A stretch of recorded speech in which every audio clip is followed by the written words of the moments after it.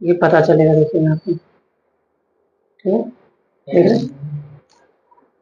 पूरा पता चल रहा है, यहाँ पे ये खोल रहा है, पानी निकल रहा है यहाँ से, ये लीकेज है। और ये एक जगह नहीं, ये 2-3 जगह पे लीकेज है। अगर एक जगह लीकेज रहता तो बन जाता। देखिए यहाँ से भी निकल रहा है, वहां से भी निकल रहा है, यानी 2-3 जगह पे ये लीकेज है, देख रहे हैं? ये अंदर वाला पाइप में भी लीकेज है और ऊपर वाला पाइप में भी लीकेज है, दोनों पाइप में लीकेज है, देख रहे हैं यहाँ से? अंदर वाला पाइप में भी लीकेज है।